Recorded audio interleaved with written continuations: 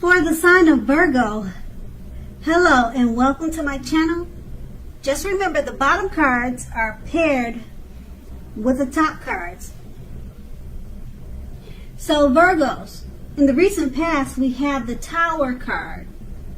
Now this can be, but not necessarily, an indicator of a relationship that needed to end or was about to end.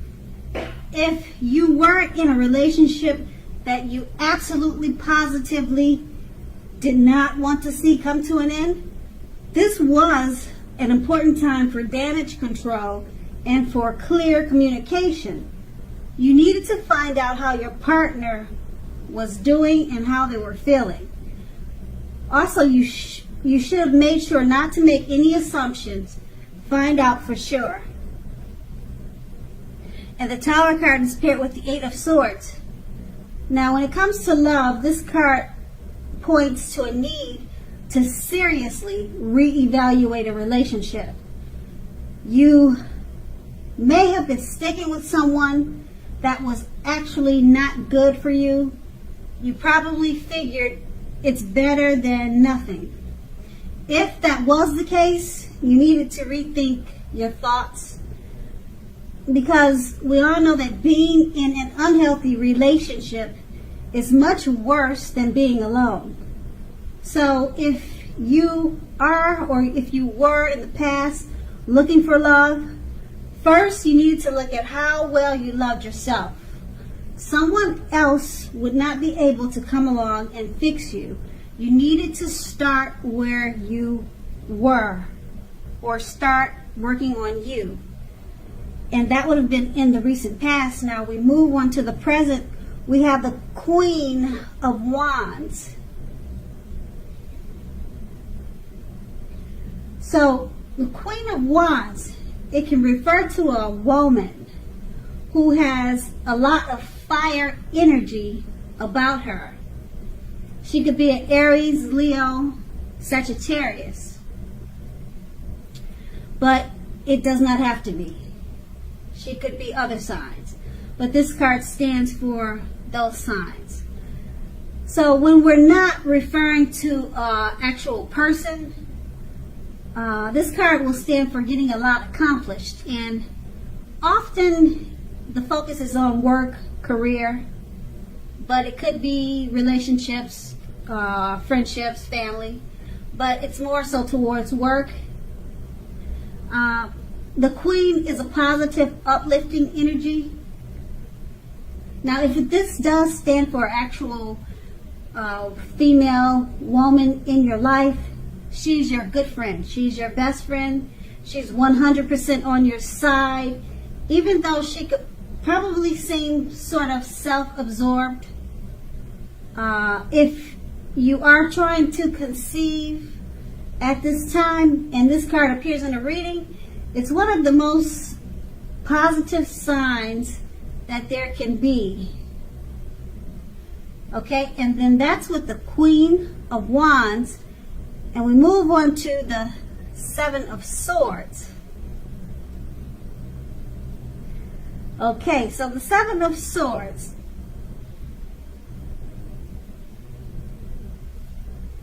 I think that card is upside down, but I hope you can make it out. But I'll explain it to you. So sorry about that. Now the Seven of Swords, it can point to someone who is behaving with less than ethical intentions. Someone's not doing the right thing by you or in regards to you, or you could be doing that to them. Now, it sometimes could mean that they're prying into your life, or prying into someone's life where they don't belong. This could be you or someone else. Now, if you sense that someone is spying on you, then you're probably right. Also, if you are tempted to dig through someone else's life, go through someone's garbage, unless it's that of your children, your kids, or a child that has given you cause for concern, you need to resist that impulse, because we all know that everyone deserves privacy.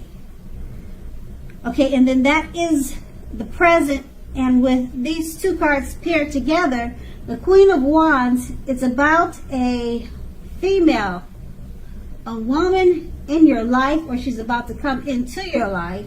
She's very fiery. She makes a very, very good friend.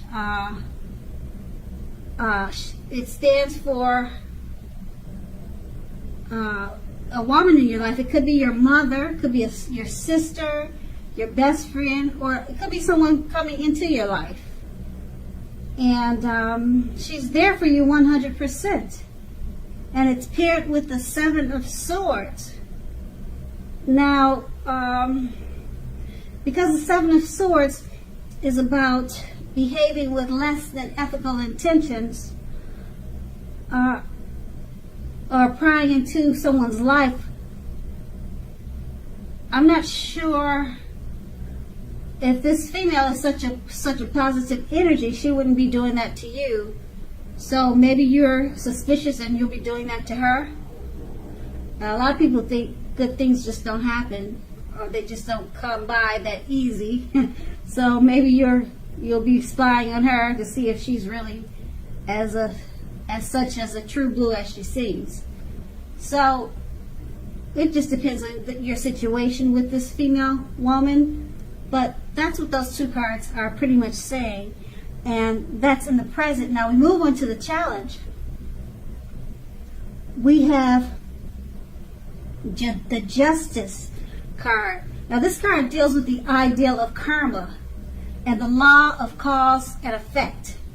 So it's important to remember that not everything you're dealing with is a direct result of your own actions or karma. Just remember that sometimes you'll be called upon to deal with the results of the actions of someone else you care about.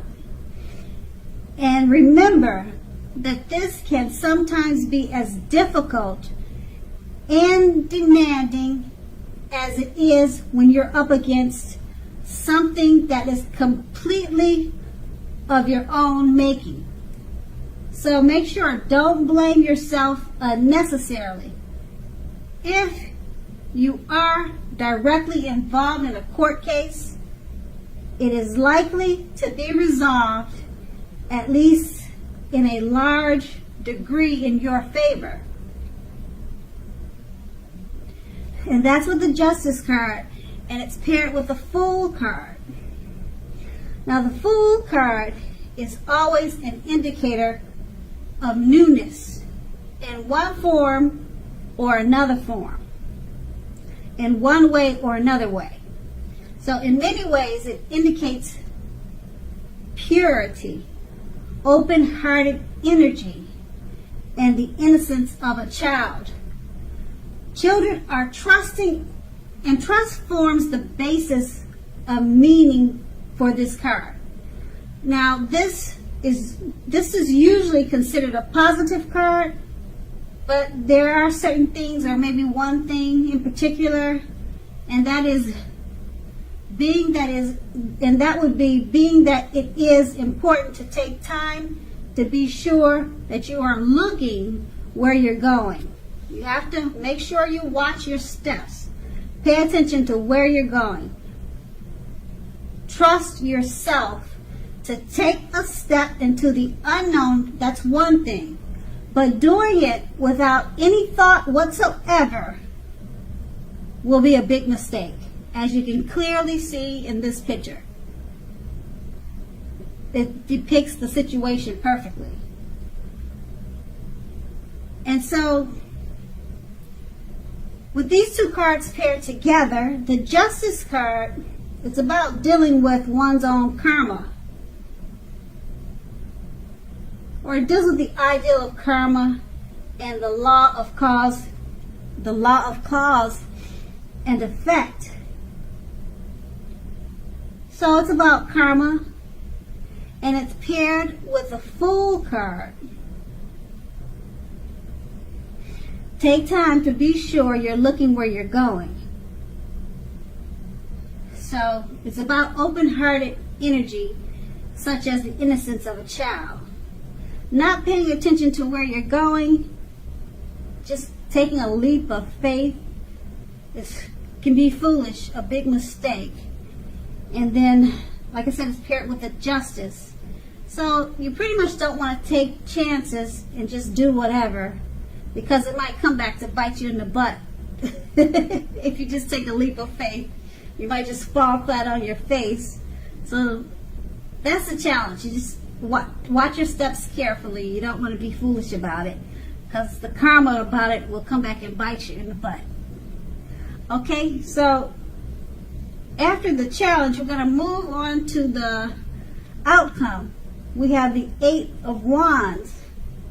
Now, the Eight of Wands, with this card showing up, you can clearly see the picture is stating a lot of things are up in the air. You're probably feeling frustrated and tired of waiting. Now, this card is a perfect indicator or a perfect sign that you have to be patient a while longer.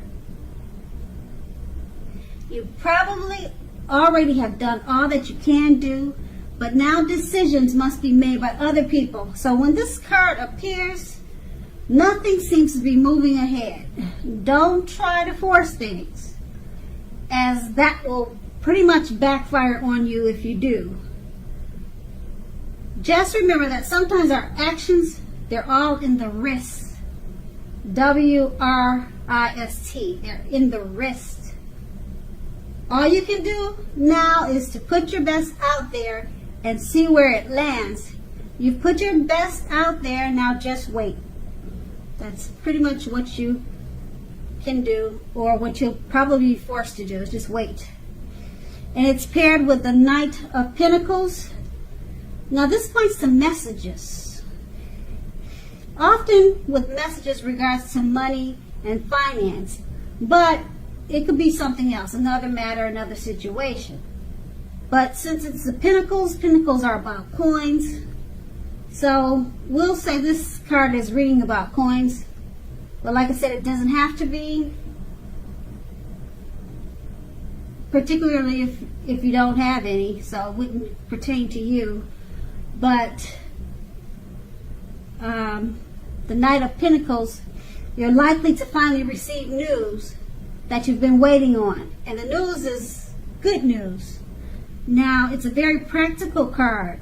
The Knight tells us to pay attention to the mundane and normal parts of our lives.